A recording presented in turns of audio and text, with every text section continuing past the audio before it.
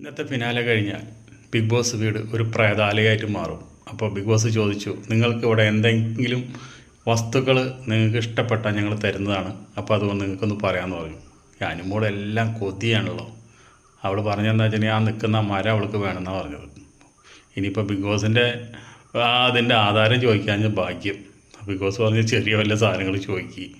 അപ്പോൾ അതിൻ്റെ ഉള്ളിൽ അവൾ ഉപയോഗിച്ചിരുന്ന ജഗ്ഗ് കൊണ്ടുപോകണമെന്ന് പറഞ്ഞു. കുടിക്കാൻ വെള്ളം കൊണ്ടുപോകണം, ആ ജഗ്ഗ് കൊണ്ടുപോകണമെന്ന് പറഞ്ഞു. അതുപോലെ തന്നെ നമ്മുടെ ഇവരോട് ചോദിച്ചു, അക്ബറിനോട്. അക്ബർ പറഞ്ഞു എനിക്ക് ആ മഞ്ഞ സോപ്പ് കിട്ടിയാൽ നല്ലതാണെന്ന്.